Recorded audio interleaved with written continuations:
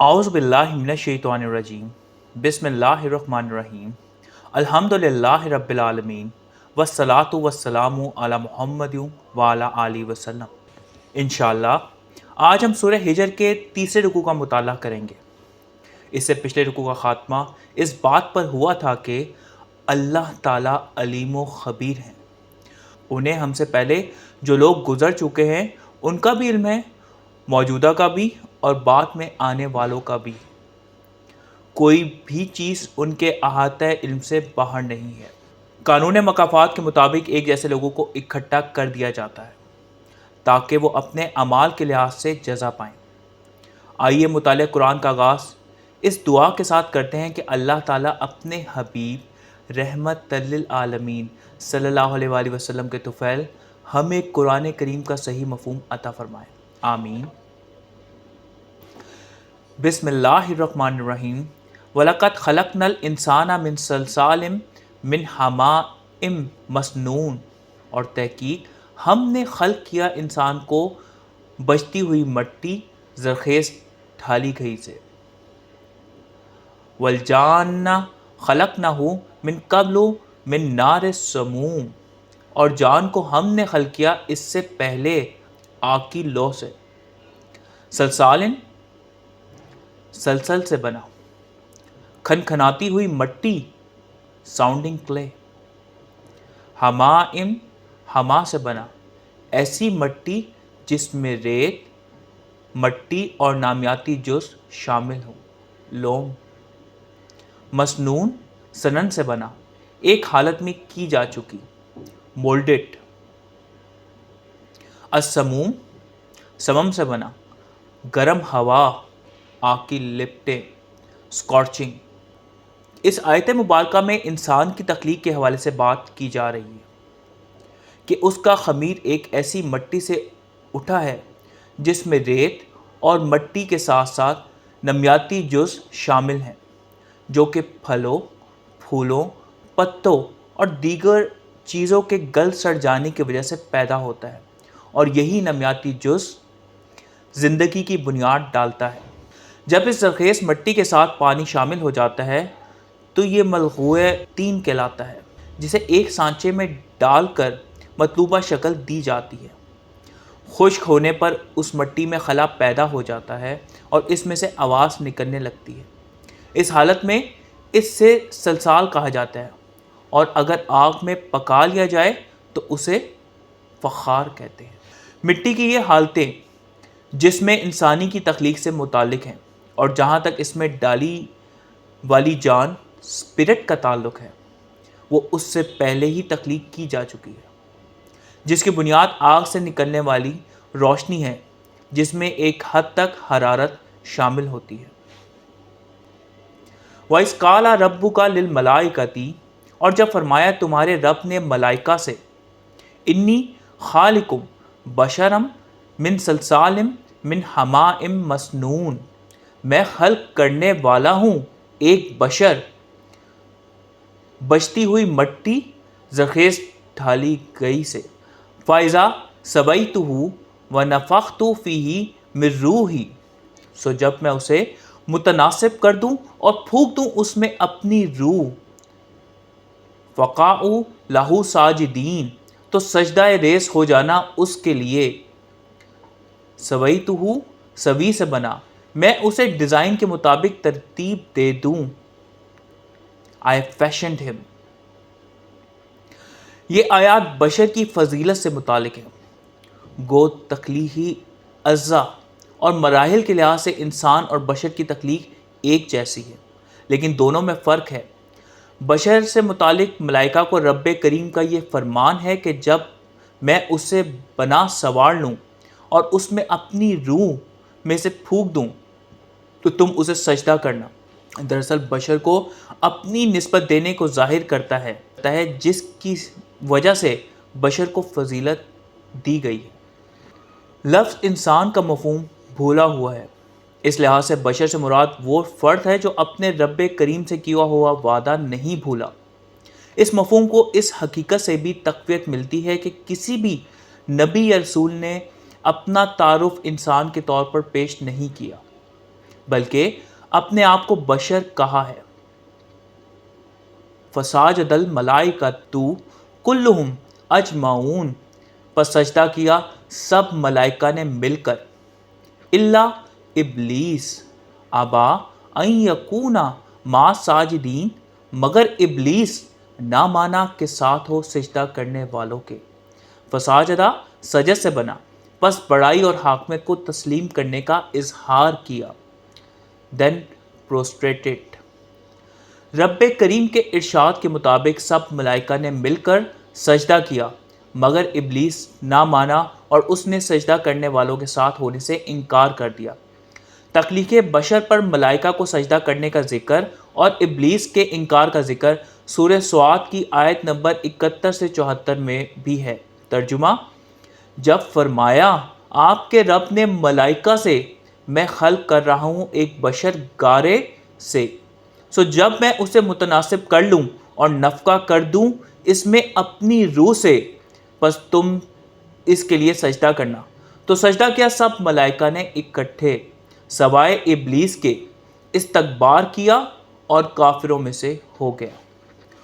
قولا یا ابلیس ما لکا الا تکونا مع ساجدین، فرمایا اے ابلیس تجھے کیا ہوا ہے کہ تو نہ ہوا ساتھ ساجدین کے۔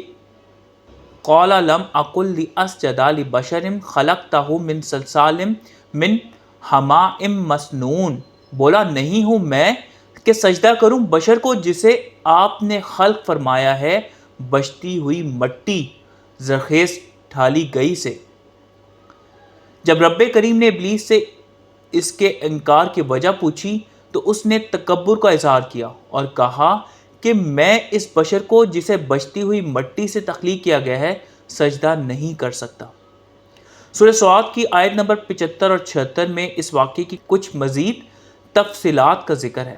ترجمہ: فرمایا اے ابلیس کیا مانے ہوا تجھے کہ تو سجدہ کرتا اس کے لیے جو میں نے خلق کیا اپنے ہاتھوں سے؟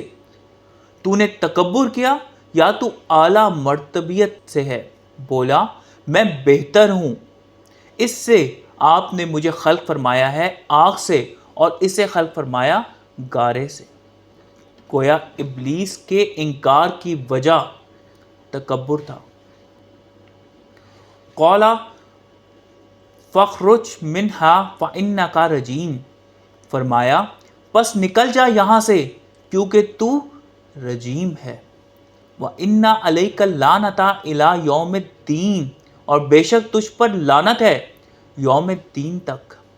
رجیم رجم سے بنا، الگ کر دیا، آؤٹ کاسٹڈ۔ ابلیس کے انکار کی وجہ سے اس پر یوم الدین تک لعنت کی گئی، یعنی رحمت سے دور کر دیا گیا۔ سورۃ الانفطار کی آیات نمبر 17، 18 اور 19 میں یوم الدین کی جامع تفصیل ہے۔ ارشاد ہے اور کیا تمہیں ادراک ہے یوم دین کیا ہے؟ پھر کیا تمہیں ادراک ہے یوم دین کیا ہے؟ جس روز نہیں اختیار رکھتا کوئی نفس کسی نفس کے لیے کسی شے کا، اور امر ہے اس روز اللہ تعالیٰ ہی کا۔ یوم سے مراد کسی مرحلے کے شروع ہونے سے لے کر مکمل ہونے تک کی مدت۔ اس یوم کے دوران تمام انتظامات مالک حقیقی کے سپرد ہیں۔ قولا ربی فانظرنی الی یوم یبعثون، بولا اے رب پس مجھے مہلت دے یوم یبعثون تک۔ قولا فانک من المنظرین، فرمایا سو بے شک تو مہلت دیے جانے والوں سے ہے، الی یوم الوقت المعلوم، وقت المعلوم کے روز تک۔ یوم یبعثون بعث سے بنا، جس روز سب اٹھا کھڑے کیے جائیں۔ ڈے دے آل آر ریسٹ، الوقت المعلوم، وقت بخوبی معلوم ہے، ٹائم از ویل نون۔ ابلیس نے نکالے جانے اور لعنت یعنی رحمت سے دور کیے جانے پر رب کریم سے لوگوں کو بھٹکانے کے لیے یوم یبعثون تک کی مہلت مانگی، لیکن اسے یوم وقت معلوم تک کی مہلت دی گئی۔ ان آیات پر تفکر کرنے سے کئی باتیں معلوم ہوتی ہیں۔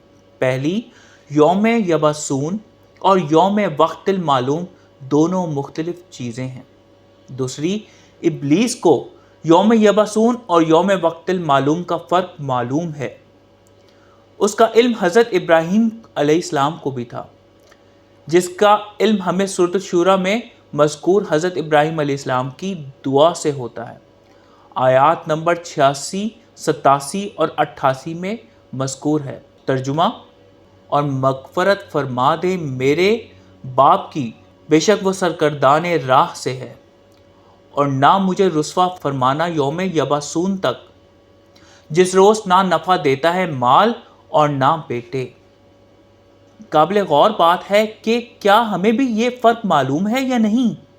ایک آدمی اس وقت تک ہی کوئی عمل سر انجام دے سکتا ہے جب تک اس کے حواس کو وقت کا احساس ہو، یا ہم کہہ سکتے ہیں جب تک کہ اعمال پر قانون گرفت کر سکتا ہے۔ ابلیس کا سسٹم کام کرتا ہے۔ قولا ربی بما اغویتنی، بولا اے رب چونکہ آپ نے مجھے اغوا کیا، لأزینن لہم فی الارض ولاغوینہم اجمعین، میں بھی زینت آمیزی کروں گا ان کے لیے زمین میں، اور میں اغوا کروں گا سب کو، الا عبادک منہم المخلصین، سوائے آپ کے بندے ان میں سے جو مخلصین ہیں۔ المخلصین خلص سے بنا، خالص کی جمع۔ خالص سے مراد ہر قسم کی ملاوٹ سے پاک ہونا۔ Those who are pure۔ ابلیس نے مزید کہا، اے میرے رب، جیسے آپ نے مجھے کسی اور راہ پر لگا دیا ہے، میں بھی ان سب کے لیے زمین میں دلکشی پیدا کروں گا اور سب کو راہ راست کے بجائے کسی اور راہ پر لگا دوں گا۔ سورۃ الاعراف کی آیات 16 اور 17 میں ابلیس کی اس بات کی کچھ مزید تفصیلات بیان ہوئی ہیں۔